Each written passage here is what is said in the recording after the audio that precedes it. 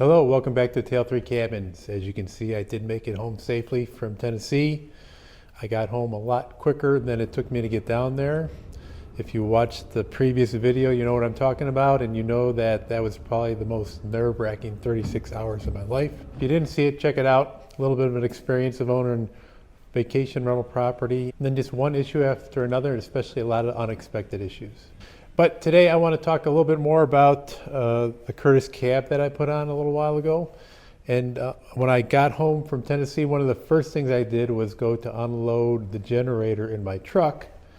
And as I was getting that all set up, my wife Karen was out there to help video a little bit of it. It was about 14 degrees out, so it's pretty chilly. And the first thing she did while I was setting things up a little bit was to hop in the cab because it was nice and warm in there.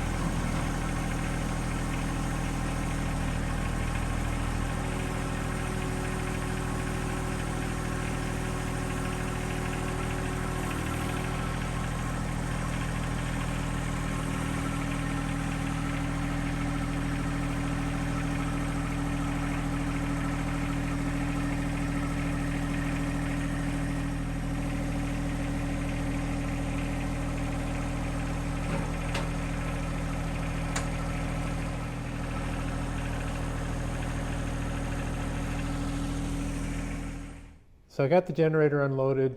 It was nice and toasty in the cab. We haven't got much snow yet here. Most of the snow's been kind of avoiding us either to the north or to the south of us. But today I got a lot of good feedback on the cab, a lot of positive feedback on the cab, and some questions on it. And I thought I would cover some of that stuff today.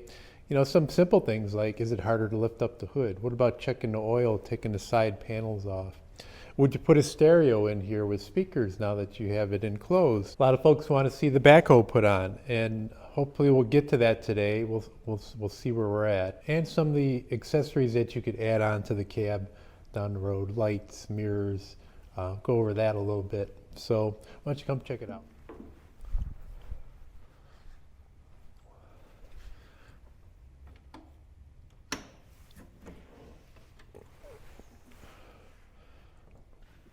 So there really is no restriction when you're lifting the hood. Next, let's try removing this side panel here. And I'm probably gonna have to open the door. Hang on, I mentioned I probably gotta open the door.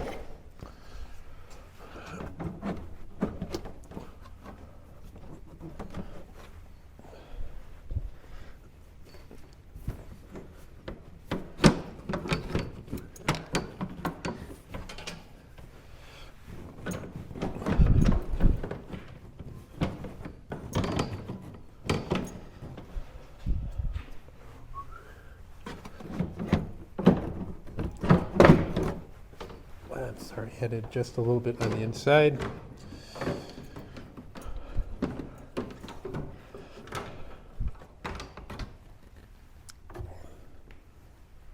So yes, you can still get that panel off. It's a little bit more difficult, but it's very tight in there because you've got that weather stripping that's going around it to keep a nice tight seal, but it's nothing earth-shattering.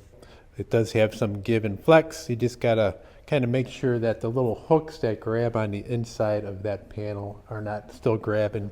And same thing when you're moving the whole thing forward.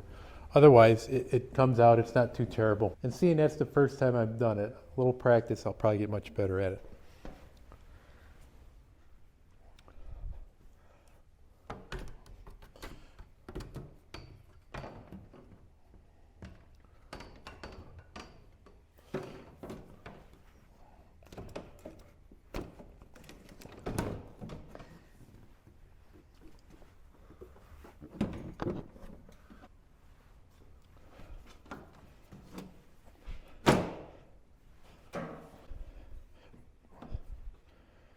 actually going in went in easier than coming out.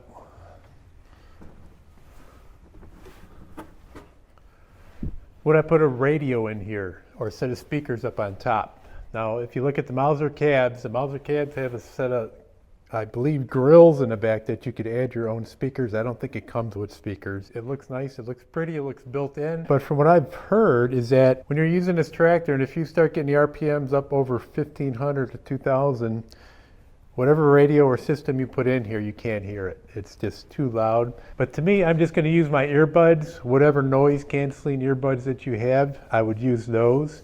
Hopefully they're not too good on the noise canceling side so you can still hear around you.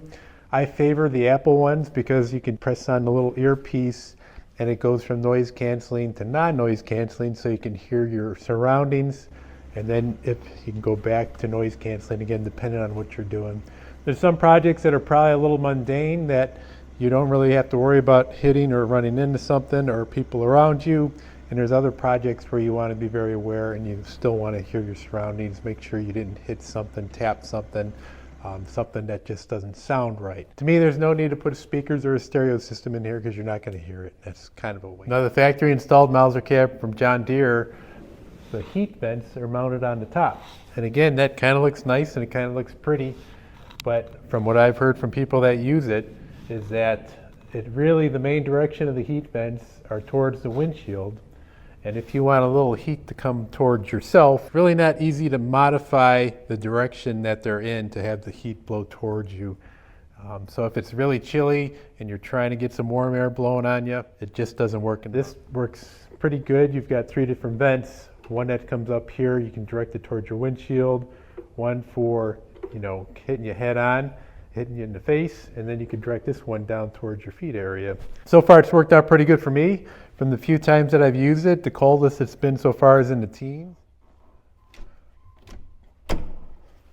Another thing I heard that the windshield on the Mauser cab, if you have it folded open, there's a danger of shattering your windshield with the bucket level indicator.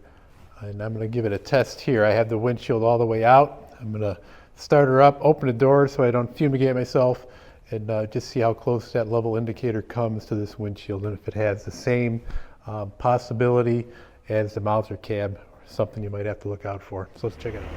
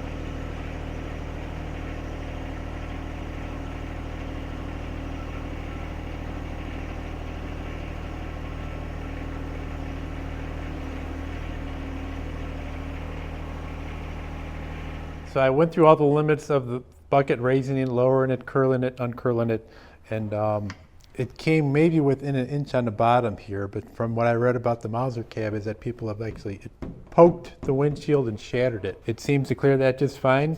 I would probably keep an eye on it if I were doing something that is stressing the bucket out and it's maybe going to move that indicator arm a little bit further than the norm that I just did here. But it seems like it's going to clear it okay for now. Okay, now I have a couple questions for you folks out there that might have this cab or maybe just have an opinion. But I know that having the cab is going to raise the center of gravity up a little higher because there's more weight on top. And I've been debating about maybe adding rim guard or maybe 2-inch spacers on the wheels.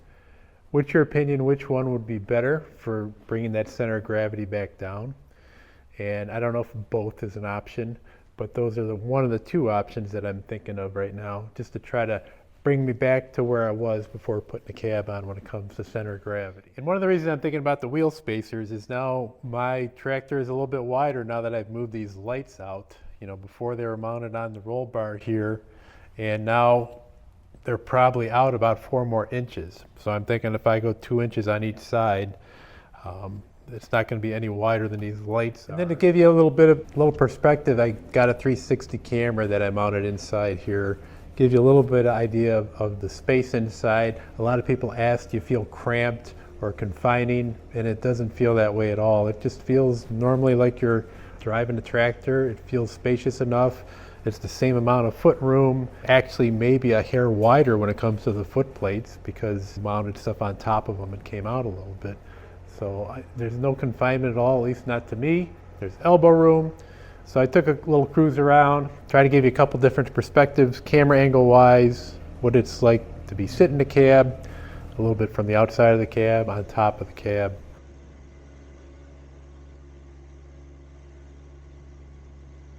I haven't mentioned accessories a little bit here. Curtis makes a whole bunch of accessories for your cab or your tractor. They do make a very heavy-duty fan. If you want to mount this inside the cab of your tractor, would work great in summertime if you want some air blowing directly on you. You could probably still use it in the wintertime too to circulate more air around from the heater. They have their own set of LED lights, and these can mount directly on top of the roof. There's already holes pre-drilled out for it to mount these on. Comes with all the wiring you need to hook it up to your power supply, whichever method you want to use on your tractor. You get a set of mirrors for yourself so you're not twisting your head around constantly and just driving it around kind of like a normal automobile. They also make a strobe light you can put on top if you do a lot of snow plowing in the wintertime. And there's a few more than that. If you get the rear glass panel on the back of the tractor, I believe that there's a windshield wiper you can purchase for that. A few other little accessories there on their webpage. You can go check that out if you'd like. If you have a light of your choice, I'm sure you can modify your own or find third-party stuff, but Curtis does make stuff that goes right along with this cab. And lastly, let's take this off. We'll put the backhoe on and see how everything fits with the backhoe on.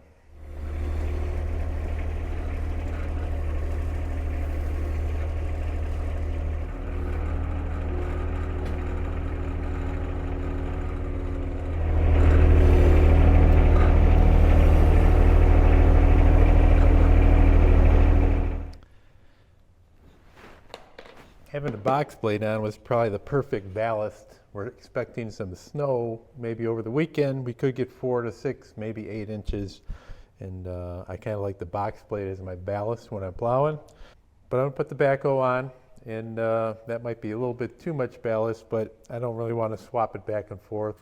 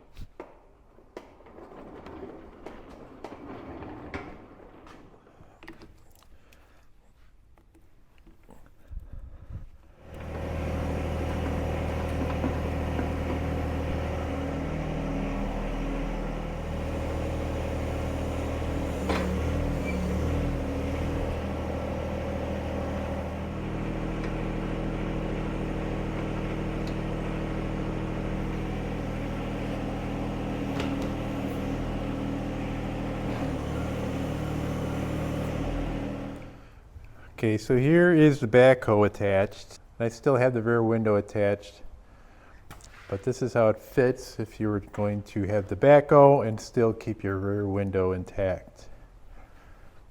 One thing I want to say is that this is the 2018 Plus model, so if you have a backhoe prior to 2018, the seat on your 1025R doubled as your backhoe seat and it swiveled back and forth, where 2018 Plus has its own seat for the back.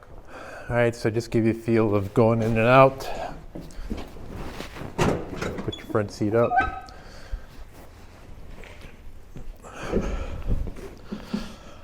You do have this here for, it is going to be a slight more confining. Your ROPs are right here, so it probably tacks in about 2 more inches on each side than your ROPs were before. For me, it seems okay. I didn't roll the window all the way up, but you could just take this window out if you wanted to. So I think you have the same amount of view when you're using your backhoe as you did before. I would say I would just have to be a slight more careful of getting in and out. And normally, you know, I have a special circumstance where I'm trying to document everything I'm doing on this tractor, and if I'm sharing it on YouTube. And since I'm documenting, I'm turning cameras on and off, and I'm getting in and out a lot more. So it's probably more of an inconvenience to me than the average user. So I'm gonna just have to be careful coming in and out, turning on and starting up cameras, repositioning, moving things around. So this is what it's like with the backhoe on. Probably give you some real world uses when the weather breaks a little bit. As I said, we got a winter storm coming, so we're going to be watching out for that. I've got to run down to southern Ohio to do a few things, hopefully in the next week or so. And then I do want to get back outside, move some wood around, split some wood, and make a parking area over for the side of the pole barn. So that'll be some things coming up, and this was just some more information on the cab. I know a lot of people had questions.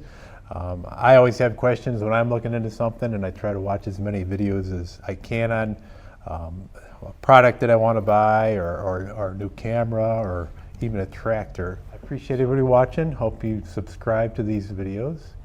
Click on that little bell when you want to know when a new one is coming out, and keep an eye on us.